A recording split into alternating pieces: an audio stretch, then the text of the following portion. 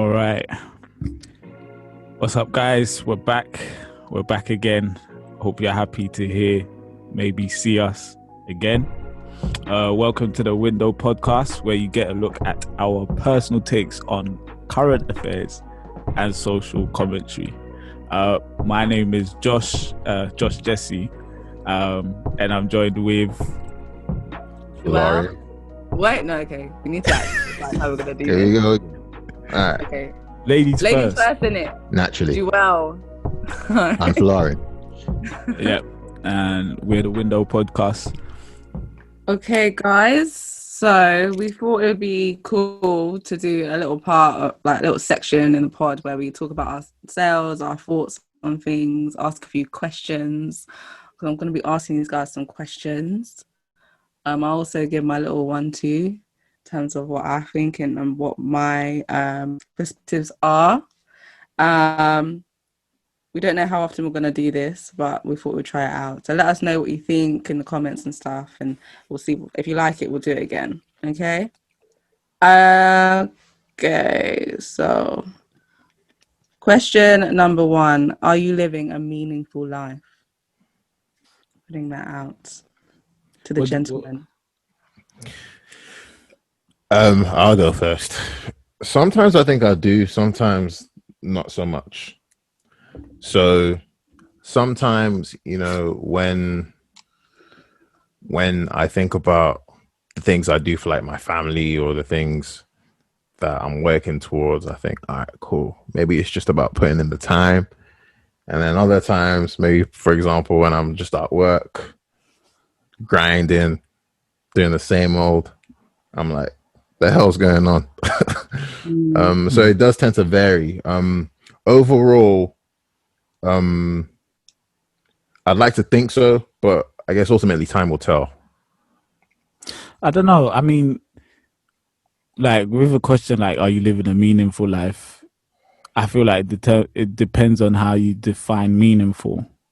I feel I think a lot of times when people hear a phrase like that, they think meaningful means like you're doing something world changing, and then it's like, okay, if not everything you're doing in every single second of the day is like absolutely world changing, then you don't mean you don't meet the definition of a meaningful life, right? So I don't necessarily take that view. My thing is like, what matters to me in my life, Absolutely, and then am I contributing to what matters to me in my life? That's how I get to the meaning of meaningful, if that makes sense. Because if you're going by like, have you, set a Guinness World Record, or like, are you a millionaire, blah, blah, then it's like, you know what I mean? Yeah. So in terms of the things that matter to me, in terms of like family, in terms of, I guess, integrity and sort of truth seeking, and I think I live a meaningful life. I think I try to use my life to contribute to what matters as much as I possibly can. Maybe there's more I could do, but you have to have time to nap. So you gotta have time to, do things that just don't matter to anyone. You gotta have time to just waste time. That's my personal view of life. You have to have time to waste time, and then you have to have time to do things that like are meaningful. Yeah. In terms of if I'm living a meaningful life, I think it goes up and down. Like sometimes what I'm doing in my life is meaningful, and sometimes it's not. I think a lot of the time, coming from a Christian background, there's a lot of this kind of living in your purpose and what it means to live in your purpose. So when I think of whether I'm living a meaningful life, I always think about whether I'm living a life that's driven by Christ. And sometimes I'm not, sometimes I am. I think more recently I've been living more so my purpose. Maybe a few months ago, like I could definitely say I was doing things that I felt were impactful in other people's lives, and I felt like we're blessing them and allowing them to find Christ, or at least be able to worship in a certain way. So I felt very fulfilled at that time. While now my focus has kind of drifted away from ministry and more into kind of more like personal development, and in a way that feels a little bit selfish. So it feels meaningful, but it doesn't feel purposeful. Does that make sense? But then don't you also feel like you also need to develop yourself to also be able to contribute at the peak From of what you can in from a ministerial point of view? Yeah.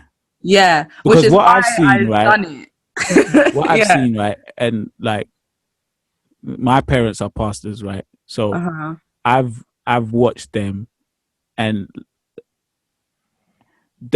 they are quite good at, like, when they're about to burn out, like going away on a retreat or something, or just doing something to just give them some kind of refresh, Yeah. right? Because day to day is very intense. So for me, I've always seen it as, okay, cool, yeah. Taking time for yourself may not necessarily feel like you're contributing to anything outside yourself, but at the same time, your ability to contribute is also affected by how much you take care of yourself. Yes. So it's finding that fine balance. Yeah. There's some people that they're just hedonistic and like everything is about them, right? Just how much can I satisfy myself to the maximum, right? And I don't think I could ever live life that way. I feel like that would drive me mad. I honestly feel like that would drive me insane. Yeah. Immediate gratification, seeking immediate gratification in everything that you do it sounds tiring. It sounds stressful. I think it sounds like a chore. Yeah. Honestly, it's like a chore because like my head would explode. Like I like being given tasks to do for other people, or me myself saying I need to do something for other people, because it just allows me to think about someone other than myself. Yeah. Because like how long can you possibly think about yourself? Like how many things are there to think about yourself before it's like, okay, you know what I'm saying? It's interesting that a lot of people that are considered to be like overly self-involved, even to the point where they have a disorder, are actually very depressed people in terms of their own. It's more so that they think so lowly of themselves that they have to make everything about themselves, so that they can then feel more self-importance. Exactly.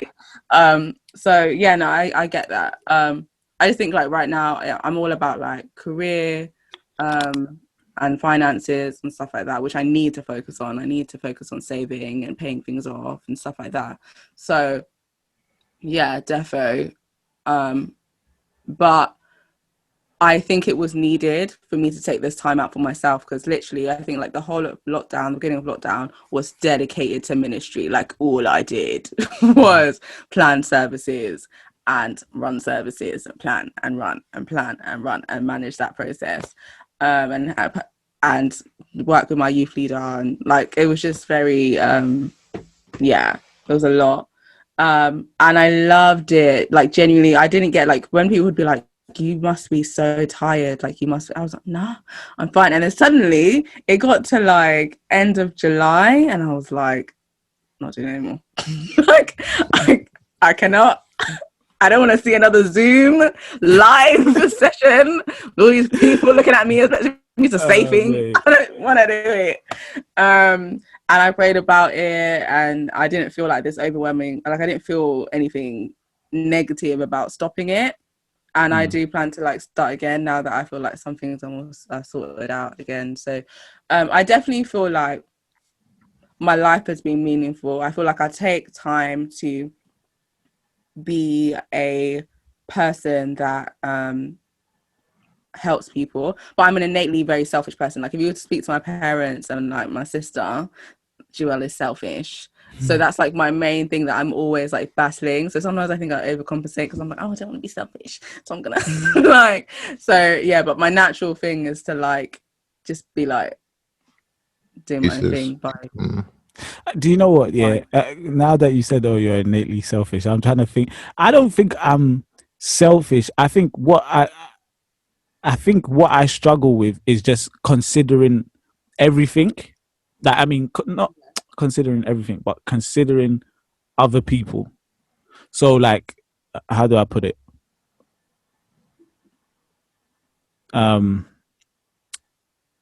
I don't know how to explain the difference between being selfish and just not considering other people. The thing is, Like, there are I people do a that lot are of really considerate, like as yeah. in There's people that somehow they know how to think about everybody else, yeah. right? I'm not And it that just comes to them naturally. Like they're gonna think, what does this person think? What would this person need? Whereas that doesn't come to me. Like, and So I that's one mean, of the. it's you know, it's empathy. So you're I think that's the word. yeah. Empathy. Yeah, yeah. I don't have that.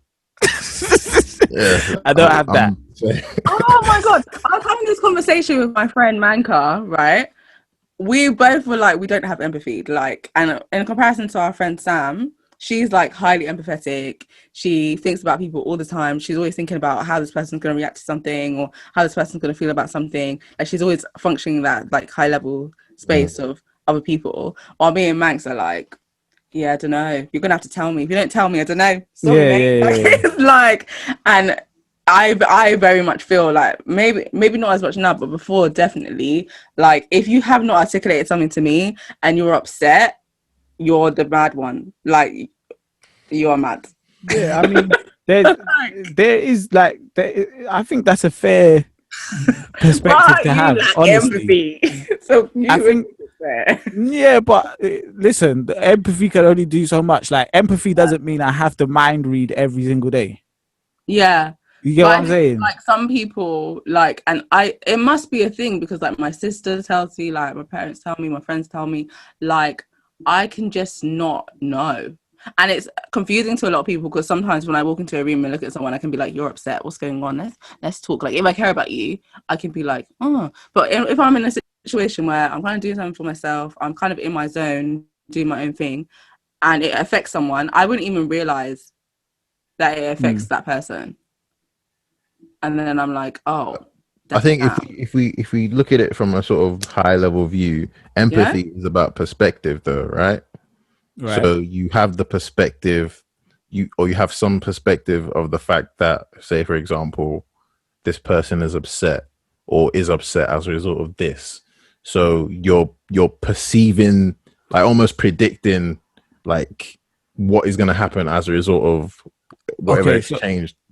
so what you're saying is right. Yeah, it's about perspective, but it's not only about perspective. It's about perspective, and then do I have an obligation to act in consideration of that perspective? That's where I say no. I understand, like, even I feel like the way we've even talked about these topics today, right? I've tried to look at everybody's perspective. I think I'm pretty good at that. My thing is, am I obligated to care about your perspective and act on it?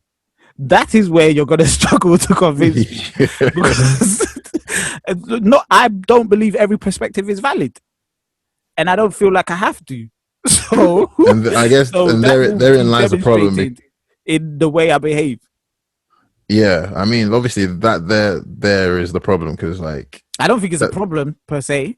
I think it's a blind spot, and I think it would help if there's someone there that can say, you know what? Okay, this perspective probably does carry a bit more. no, but it's all encompassing. So, like, your ability to be empathic, or your ability to validate someone's perspective makes you empathic. Yeah, but I don't necessarily want to be empathic. What are you gonna That's do? that's the point I'm trying to make. Gosh, I feel the exact same way. Like, honestly, it comes to a point where it's like, at the end of the day, if I care about you enough, we're gonna have a conversation. I'm gonna figure out what I've done wrong or what I've done. Yeah. Eventually, yeah. And then if I don't, like, why do you even care? Because obviously I don't. So I mean, let's not get it twisted. I think I definitely fall short of that as well. Like, I'm not very empathic. Like, I can see it. Like, I could I could perceive why, for example, someone might be upset or why you might be sad. Da, da, da, da, da. But again, whether or not I choose to actually actively like say, all right, look, what's going on? Da, da, da, da. Yeah, you'll struggle to get that out of me a lot of the time. Yeah. Mm. Maybe that's How's just that this impacted your generation type of thing. relationships, But Lauren? Sorry, Oh, no. I'm not gonna go into what did you say? I'm talking to my therapist here. Okay, guys, next question. Which is more important? How you say, what you say, or how you say it? So, what is more important? What you say or how you say it? I feel like this ties into like what we've just been talking Yeah, a about. little bit. Low key. I Yep. know definitely when I was younger, I would just say Anything. it's what I'm saying that's more important. It's not necessarily how I'm saying it. Yeah. You just have to figure out what I'm saying. Like Yeah. you just need to take what I'm saying basically, Mm. and You still feel that way now? just disregard how I'm saying it. Just take what I'm saying. Is it right or is it wrong? If it's right, then take it. That's how my perspective was. I'm a big Kanye fan, as you know. And Kanye says a lot of things that the way he says it, it just messes everything up. And I think that's what's made me realize that the way you say things is very important, right? And if you get how you say something wrong, so wrong to the extent that what you're saying can no longer be taken for what it Deciphered. actually is and the value that it holds, then what was the point of you saying it in the first place? Do you get what I'm saying? Yeah. So I think now, at this age, I would say it's probably 50-50. But I have a feeling that once I get to like the age of like 50, I'm not going to care anymore. And I'm just going to go back to saying things how I just want to say it. And you have to take it. So you'll be an old man now. No, Yeah, at that point, when you're Yeah, old, you don't cynical. really care like how people take things. Yeah. Like, brother, just take it. I've said what I've said. Deal with it. Lauren, what do you think? I think to get on in life, as in to make the most of the people around you, you need to be mindful of how you say things. So obviously, as I've grown up, that's the realization I've come to. Like, I'd say when I was younger, I was quite well. I'm still like fairly bullheaded. So when someone says something to me and I don't like the way they say it, we're gonna have a problem. We're gonna have a disagreement. So, so obviously, when there's that, I need to What am I trying to say? It's kind of like I'm just starting to realize more and more now that, like, you know, it's definitely 100% how you say things. It's not necessarily even what you say. It's just how you say it. If you deliver it in a way that is tailored and suited to that person that you're saying it to, you'll get the most out of that conversation and the most out of them. Yeah. But do you know what? Yeah, I think that me personally, I don't really care how people say things to me. Like, I would just sit there and weigh it up. Is what they're saying right or is what they're saying wrong? And I think me personally being that way has helped me navigate different characters, because I feel like if you can only receive things when it's delivered to you in a certain way, it stifles your ability in some ways to adapt to different Challenging situations. yeah. And it's tough because sometimes there are certain things where it's like, no matter how right you are, the way you just said it is just like, come on. Yeah. But but there's other times where it's like, I can make room for this. Like, I can adjust, and just when it's you, I know this is how you are and this is how you're gonna say it. So I'm just gonna, but I guess everybody has their choices to make on that. But yeah. I think for me, I have this thing like, talk to me nice. Like, don't be rude. Don't be mean. I don't understand why. And if you are, I will be like, I'm not talking to you anymore. However, when it comes to the other way around, it depends on how much I care about you as a person. And if that is communicated. So if I think like, okay, when I was younger, so say between the ages of 19 to 20, I was in a relationship with someone else than my current partner, and I ruined our relationship to an extent because of the way that I would say things. So I would say things that to this day I stand by, and I honestly feel like improved him as a person. However, the way in which I said them, with his personality type, as in he's someone that holds things and will then go and attribute that to my character in general and just me being a terrible person, meant that What were you telling him? Were you telling him like Yeah, his for real. things, like his hygiene was bad? Like what was what was it? No, okay. For me, the main problem was I don't know if it's a pride thing or just the way that I like my relationships to function. I like to be involved in what my partner is doing. And I like to help if I can help. So basically he started off doing something and he gave me the like introduction of what it was. I was like, that's a good idea. Should move this way. Let me know how it goes, blah, blah. He then went and did like everything, which would have been fine if during that time he wasn't extremely unavailable to me and I didn't know why. So it was like I was suffering during this time because you're not sharing things with me. And then you went to come and give me this thing and be like a baby, like my little son, like, oh my God, Mom, look at this thing that I made. And I was like, no, dash that thing. I don't give a crap about that thing. In terms of like, there were general problems with it. It wasn't terrible, it wasn't bad in any way, but there were things that I would have pointed out to him earlier in the process. And the way that I said it, I could have said it in a very loving way that he would have took it in a very like, oh my gosh, my babes, help me. But instead, I was like, no, why did you do that? I don't understand why you would have done that. Why didn't you do it like this? What made you think that this was going to be something that would make sense? I was talking to him like he was a dickhead, basically. and it was from my own like frustrations, all this other stuff. So after that, and I'm now 24 years old, I can say that I've learned that when you're hurt, don't talk and take the time to figure out what you want to say in order to get the best response for that person, because you care about that person. You don't actually want that person to be distant from you. You want closeness with that person. So if you're having a hard time or something difficult's happened, instead of just coming out and being like, bam, bam, bam, bam, bam, which isn't helpful, just take the time out to be like, now I literally will say, what I'm about to say to you isn't going to be very nice and isn't going to be very kind. So I suggest that we end this conversation.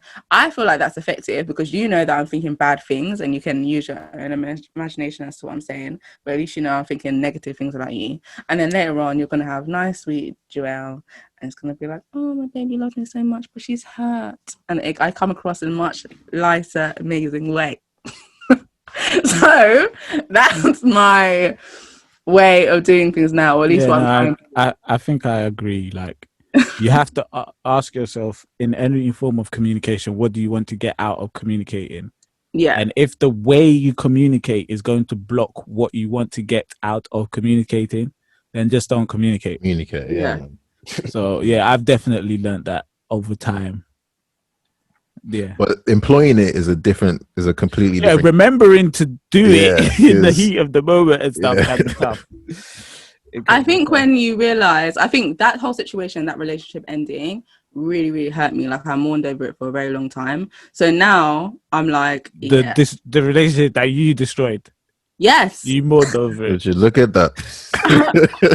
I mourned over it. So, but okay, all right. I said I destroyed it. There were some negative things. Negative. You destroyed it. Okay, what I will say is I did something that allowed for other things to happen. You dealt the lethal blow. Yeah. Anyway, let's move on. Next question. Do you believe in true love? What does true love mean? What does that mean? Yeah, maybe we should start off defining it. Personally, I don't know what that means. I don't believe there's such thing as true love. So Likewise. I don't know what it means, so I can't even tell you whether I believe I it. think when people think about true love, they think about like soulmates, so like that person that you're meant to be with, or that person that like just complements you perfectly. But I feel like in every situation, there's gonna be compromise. There's going to be things that you need to change. And to be honest, I think we could actually function and be with more people in the world than we actually think and act. Like we act like we're so complicated and so different, when in actuality, the likelihood is if you, with a little bit of communication, You you could could do it probably get with just on with about most anyone. people. Yeah, bro. Like, Yeah, I think the whole like, oh, this was the one for me. This is my soulmate. I think that's a lot of that perspective comes from like confirmation bias, where it's like you're just seeing things that have happened since you met that person and you're saying, oh, that means this was the one person for me.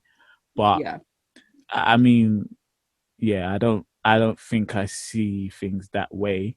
I think there's just certain people that, you know,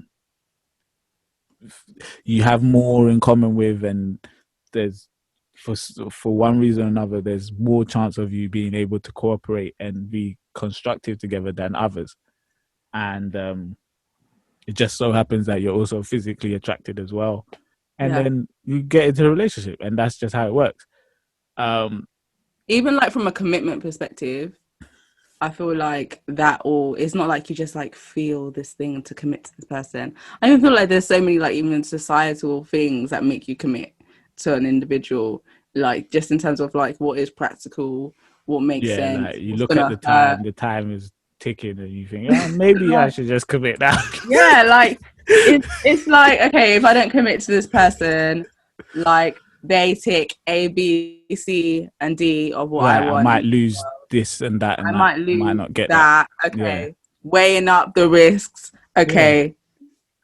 After my risk assessment, I believe that yeah. I think Basically, it's a risk assessment. wisely is like, Look at these But project all of managers life is managing risk. all of life's decisions is risk assessment and No, absolutely, discrimination. absolutely. Yeah.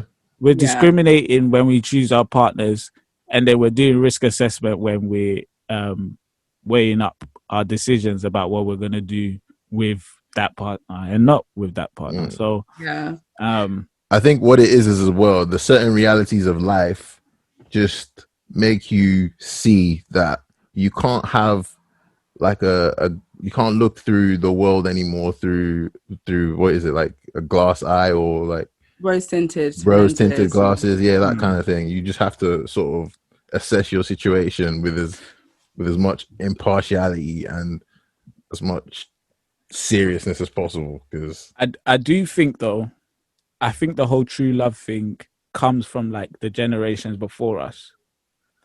And I kind of understand why they would have naturally lean towards that kind of view, because in our day we have so many options, right? That it's like we can clearly see that more than one person will do it for us. You get what I'm saying? Whereas, Yeah, for example, if back in the day all you knew was the people in your village, right, or in your town, right, and it's like you know their family, there's what, maybe 10 boys in your school and 10 girls in your school, the options are limited. Do you get what I'm saying? So it's like, yeah, yeah, cool, of course we were meant to be. But and you don't really know of anything else being out there. yeah, So compared to us, we're in a completely different country from where our parents were. We're in cities, we've come across so many different people, we've seen so many people, we've worked in so many different places. Our perspective is I think is bound to be different. Um, I sometimes I do think it is to our detriment, where we have so much choice that we just don't make a decision in the end. yeah, I yeah. mean that's definitely a thing, being paralyzed by just the breadth of choice that you have. Like, I also think like from the past generation, I think the concept of true love was also there because there was a lot of like situational marriages, or like you just had to get together, like someone got pregnant, you have to marry them, or arranged marriages. So like the idea that a couple got married for love was very like nuanced and lovely, and like, oh, they're in love, like it's true love and it's amazing. I think there's that. Well, we don't really have all of that as much anyway. So it's this concept that of marrying for love is like, okay, yeah, of course, I want to love the person or have a really strong attachment to that person. Otherwise, why on earth would I settle down with that individual? But then I was just thinking about like my current situation, and I feel like if I wrote it down and told the story, someone might be like, "Oh my god, that's like true love," like, because it's like known him since I was like a child, like a teenager, lived like in the like 5 minute proximity from each other since we were children, dated all the sorts of other people in between, and now we're together. And it's like we kept having like all these like little things in between, and it's like in between. Maybe not, maybe not. Oh no! But maybe it's Some like, people's stories are more novel than others as well. Like, yeah, but maybe it's a sort of 'cause timing the thing. I think it's a timing thing because I feel like he must have said something like, "Oh, sometimes I wish we could have just been together from like young." And I'm like, you wouldn't have liked me at 18. like, Yeah, I was a brat.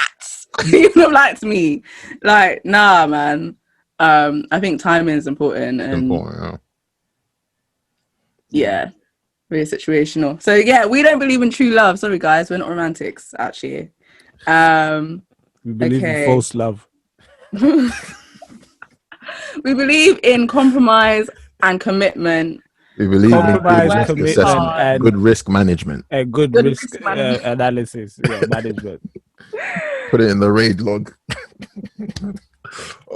Okay. Josh, you picked these questions. You picked quite the romantic questions. I didn't pick no romantic I question. think that question was mine, actually. Oh, I was didn't it? pick Wait, that. 18. 18. How would your perfect partner treat you? Josh, you did Okay, pick that. yeah, I did pick that. Uh-oh. I did pick that. So You you know guys have what? very clear ideas. It's funny because I did that what is your love language test thing. Did you? I did it. Fantastic. Yes, I Love did that. it. Love and I was language. quite surprised. Ladies, you're single, aren't you, Josh? You're single, aren't you? Okay.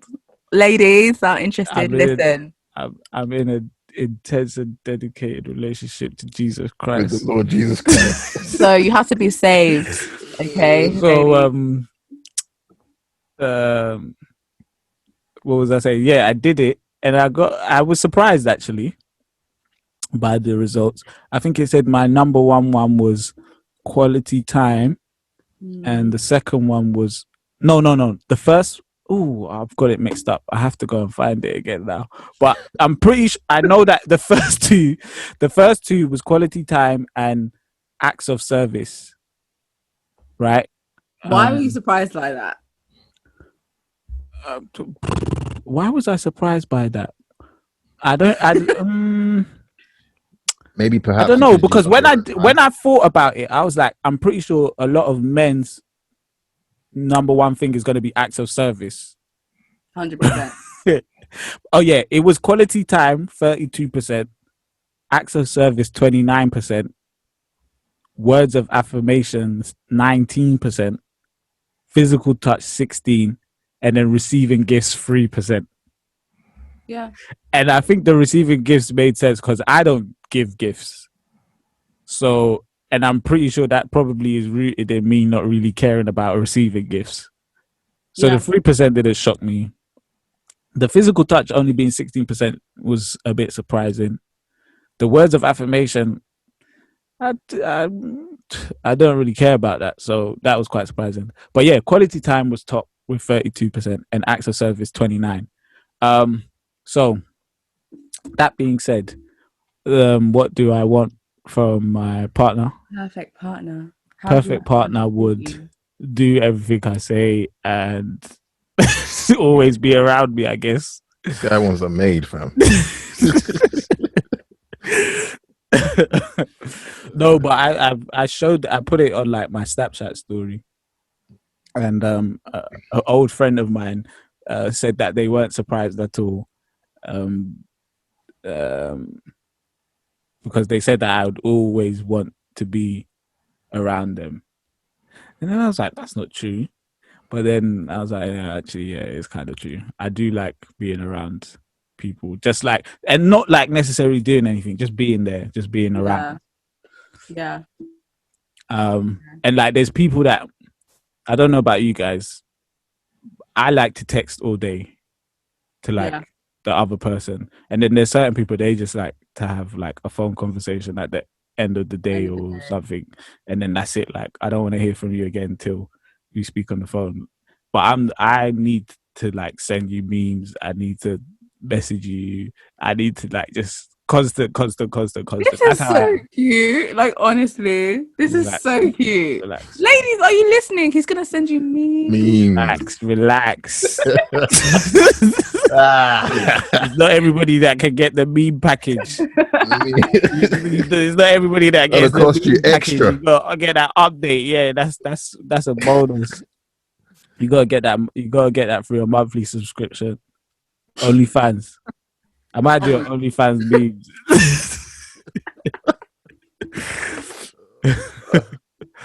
What about you guys? I like to be in constant communication. I think.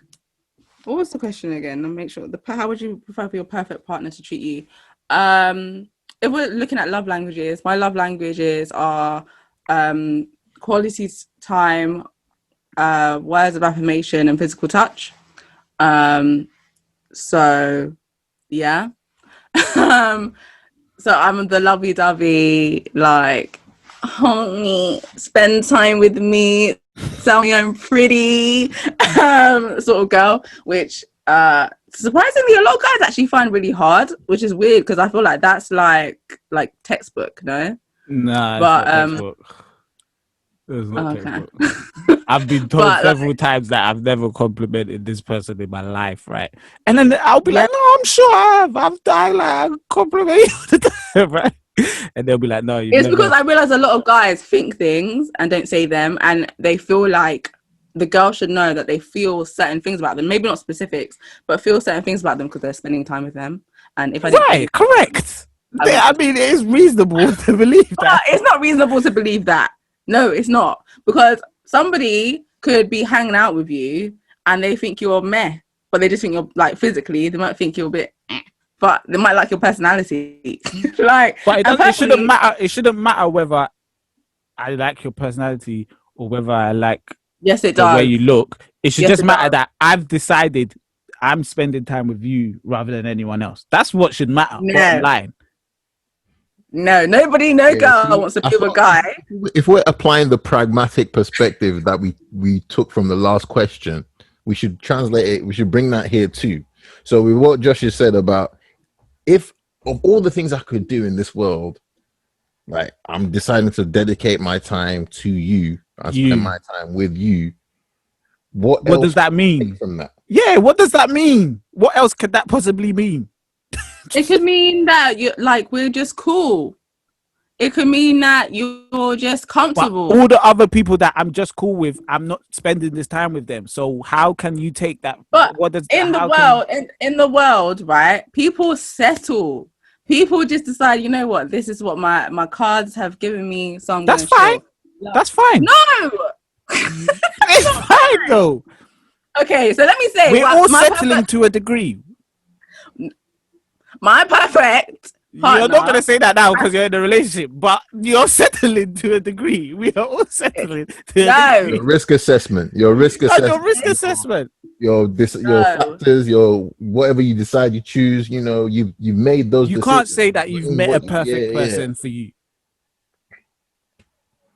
It's directly contradictory to what you said just before. I would say you literally just said let me finish. Let me land.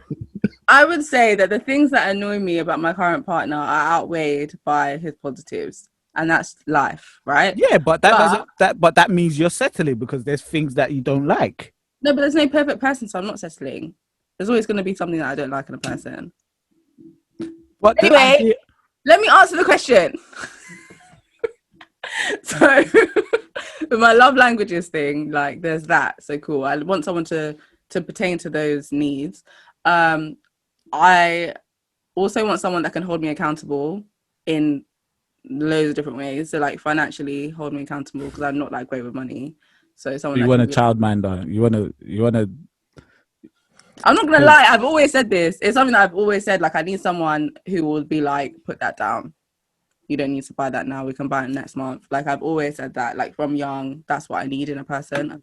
I identified that in myself because I will treat myself. I'll treat my partner as well. So it's just kind of like money to me is like money come, money go. Yeah, it's all right.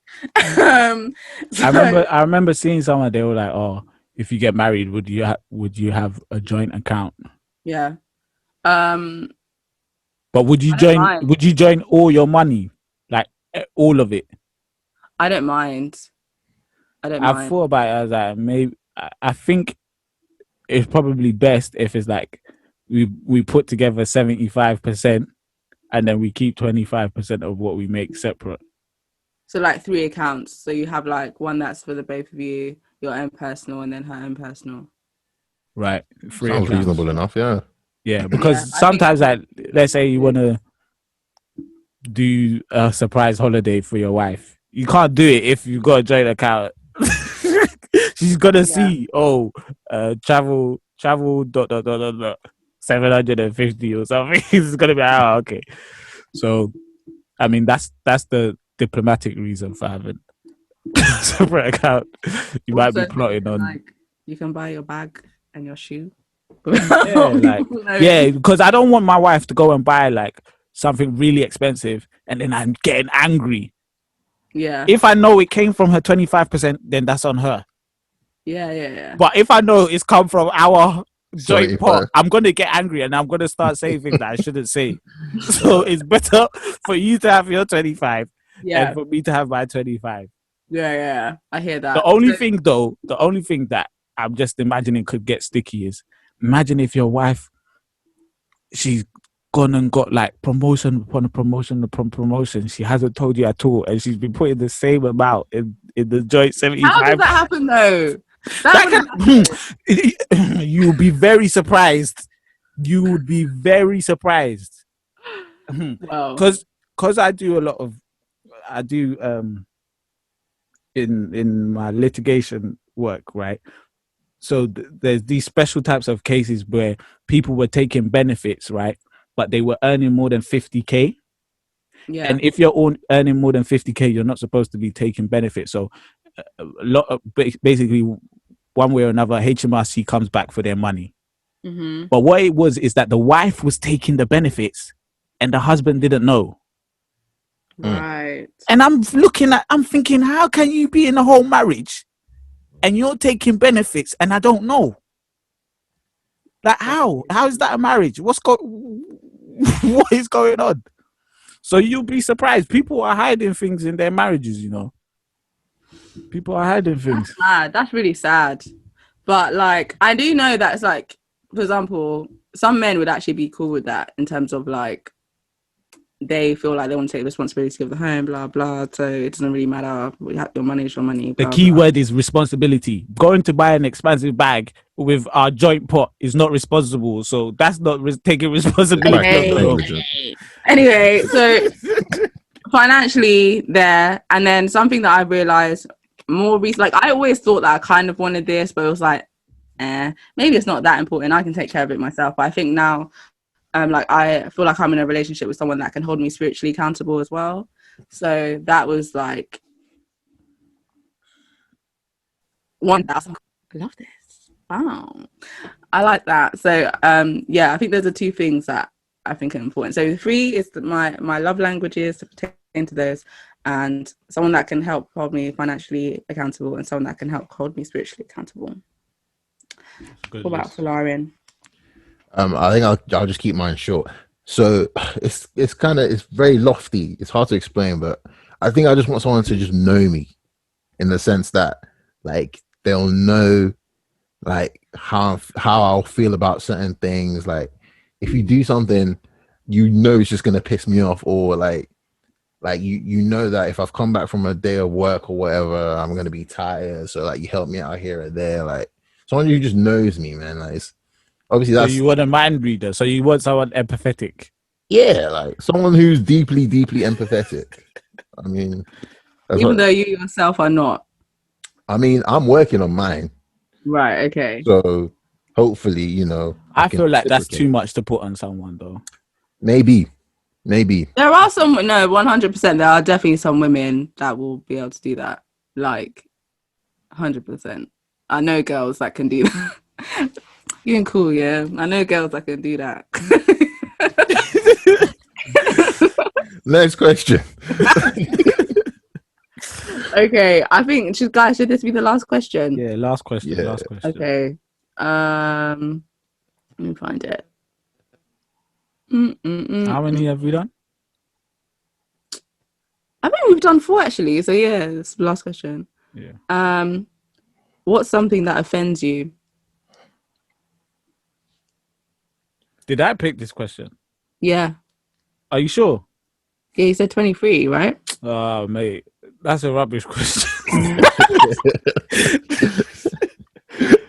That's a rubbish question. Now that I'm really thinking about it. Can I pick another one? Trash. What part of your culture are you most least proud of? You this one that doesn't care about culture.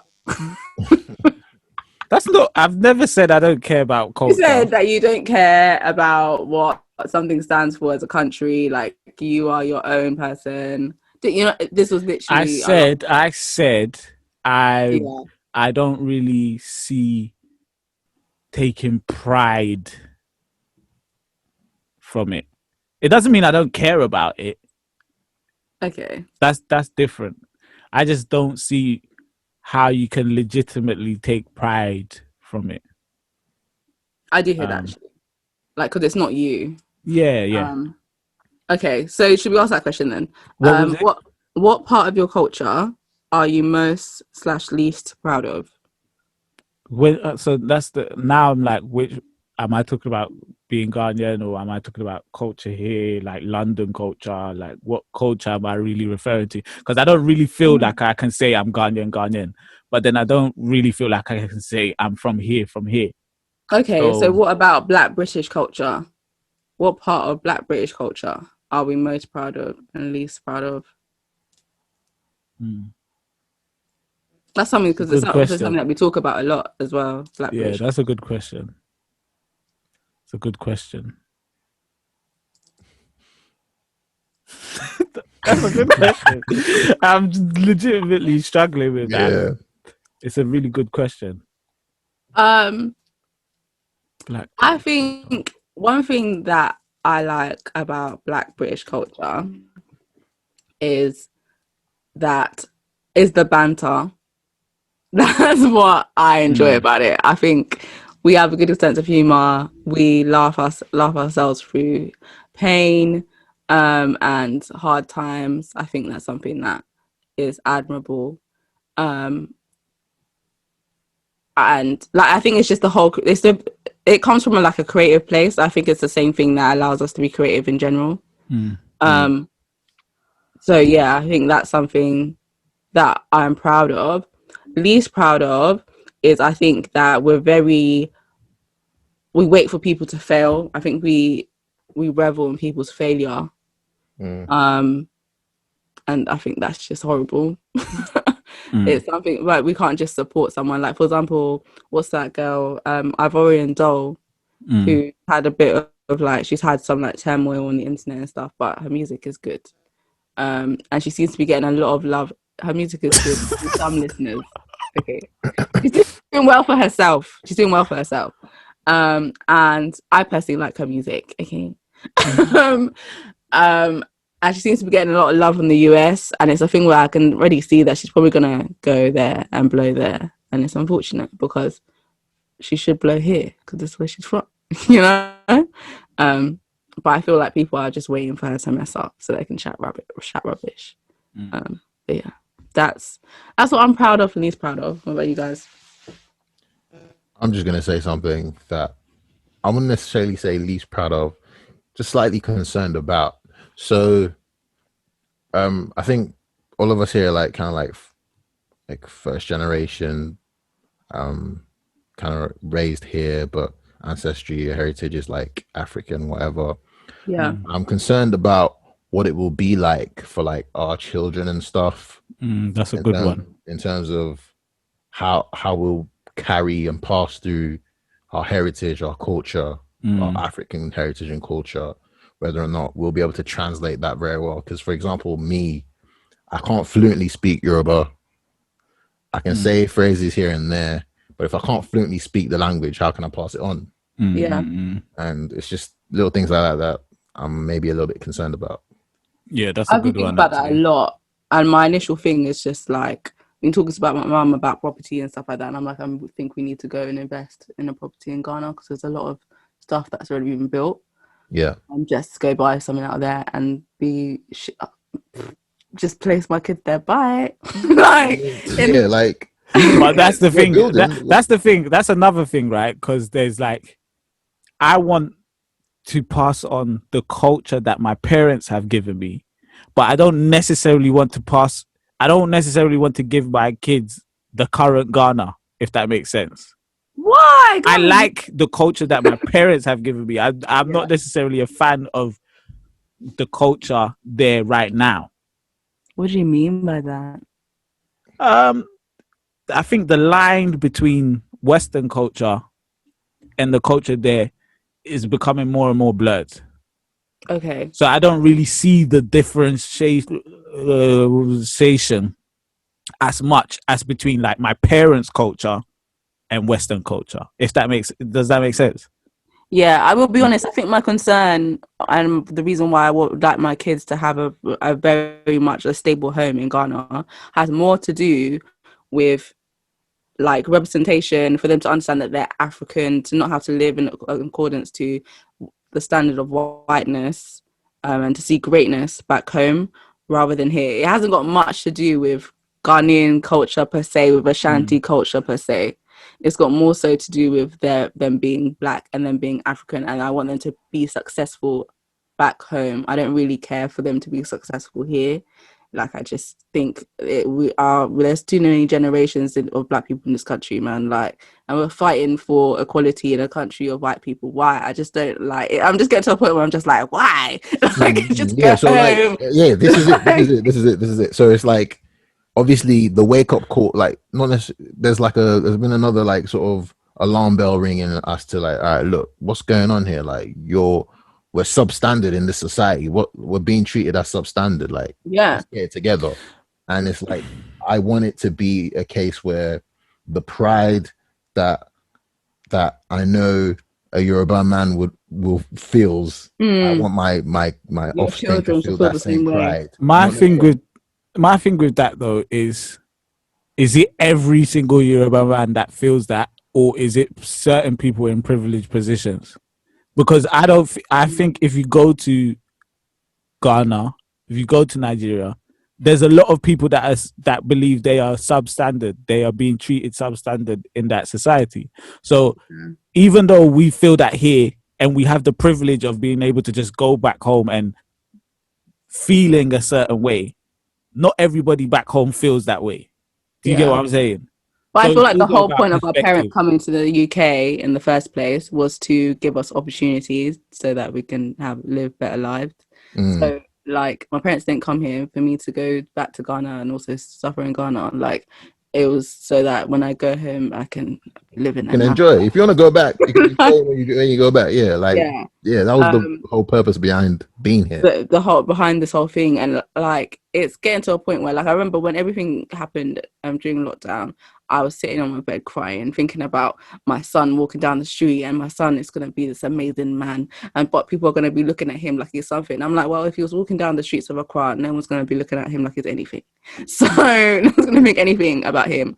So let him walk down the streets of Accra, let him walk down the streets of Banjul, like, let him go back to West Africa. I don't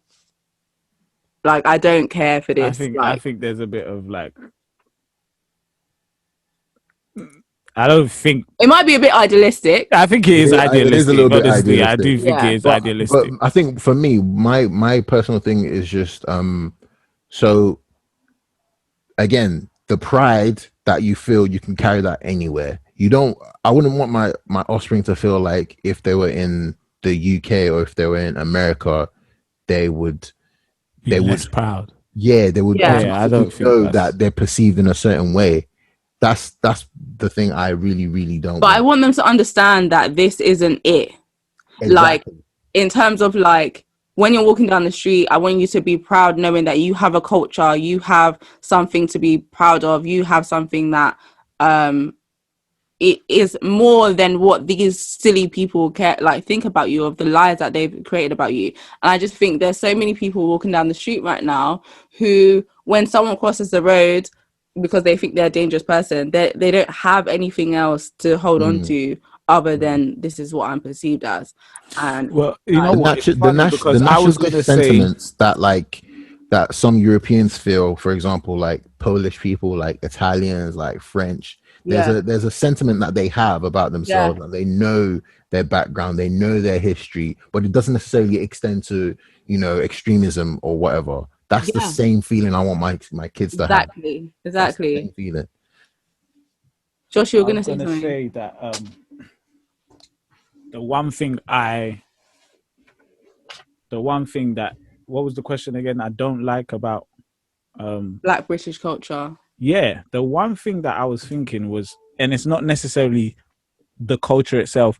I just don't like the fact that the culture has to have a representation, like to the outside, and I don't like the fact that people take on this sort of role of what I say is how this whole culture feels.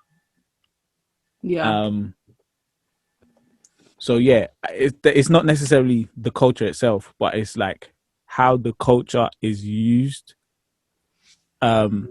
I don't like the fact that black British culture has to have a representation, if that makes sense. yeah, I Because get that. white culture doesn't have to have a representation. So why does, and I get it, I get why it does, is because it's black British culture is a minority. But But you the don't think but that the but the there's fact that white the culture? fact that it has a representation takes away from the fact that within black British culture there is diversity. So that doesn't get acknowledged enough. That's what I don't like. And Yeah, so, and then people then take on the role of, I'm going to represent black British culture. I've never asked for anybody to represent my culture for me or to represent me. I don't like that. I like to represent myself and you represent you. Like, don't go out there and say, this is how everybody that looks like me feels. No, no, no, no. That's how you feel. Let me say how I feel. especially You with get what I'm Josh because saying? he doesn't agree with any of y'all. He doesn't I agree. don't, yeah, Yeah. I don't agree with any of you guys. So don't speak for me. Don't speak for me, please. Don't speak for me. I don't like that at all. When I want to talk I don't about like that at all. At I all. don't like that at all, at all, at all. So that's the one thing I don't like about the culture. But the one thing I do like about black British culture is, maybe some people might not agree with me, but I actually see a lot of unity in black British culture. Like the whole fact that like we can go into certain spaces and I can like see a black guy and I give him the nod and I know that we're gonna be on some sort of level play, like wavelength, just from the nod, like just from the, and I I know that look, okay, there's a certain, I love that. I love that. I think that's unique, right? I think there is a lot of unity in black British culture, and that's probably what I see. That's what I like the most. I remember like when I was growing up, when I was very young, and I lived in Broadwater Farm Estate, and it's like most people there are either Ghanaian, if not Ghanaian, Jamaican. So like most people there were black basically, yeah, and you'd have Turkish people and um, you'd have white people, of course. White people are everywhere, but like the amount of like community spirit there was, it's, I haven't seen that anywhere else. Like people would leave their doors open. You could just go into your neighbor's house. They'd come into yours. It was just like free, right? And even though that area has like a negative representation to the outside world, when you're there and you live there, like the amount of community spirit that you receive from people, I think is very unique. And I think you find that in a lot of places where there's a lot of black people. There is a high community spirit. So that is what I like about Black British culture. I think that we've seen a very interesting side to the both of you today. It's been very refreshing for me. Yeah, no, I definitely agree. I agree.